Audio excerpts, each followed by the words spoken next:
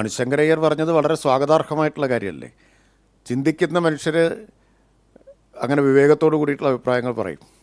മാത്രമല്ല അദ്ദേഹം സ്വതന്ത്രമായും നിർഭയമായിട്ടും അഭിപ്രായം പറയുന്ന, എന്നാൽ ഉറച്ച മതനിരപേക്ഷ നിലപാട് എല്ലാ കാലത്തും ഉയർത്തിപ്പിടിച്ചിട്ടുള്ള ഒരു പ്രമുഖ കോൺഗ്രസ് നേതാവാണ്. ഇപ്പോഴും അദ്ദേഹം കോൺഗ്രസ് നേതാവാണ്. അദ്ദേഹം ഇന്ന് ധരിച്ചു വന്ന മുണ്ടിൻ്റെ കര കോൺഗ്രസ് പതാകയിലെ നിറങ്ങളാണ് എന്ന് അദ്ദേഹം പ്രത്യേകം എടുത്തു പറഞ്ഞു.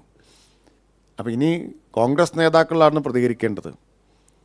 തങ്ങളുടെ ഒരു മുതിർന്ന നേതാവ് കേരളത്തിൽ LDF അധികാരത്തിൽ തിരിച്ചു വരും എന്ന് പറഞ്ഞിരിക്കുന്നു എന്ന് മാത്രമല്ല, അദ്ദേഹം അതിന് പറഞ്ഞ കാരണം കൂടിയുണ്ട്.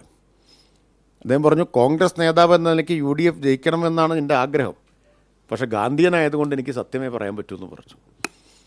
ഗാന്ധിയൻ ചിന്തയോട് ഏറ്റവും അടുത്ത് നിൽക്കുന്ന, അല്ലെങ്കിൽ അത് നടപ്പാക്കിയതൊരു മാർക്സിസ്റ്റ് ഗവൺമെൻറ്റാണ് എന്നും അദ്ദേഹം പ്രത്യേകം പറയുകയുണ്ടായി.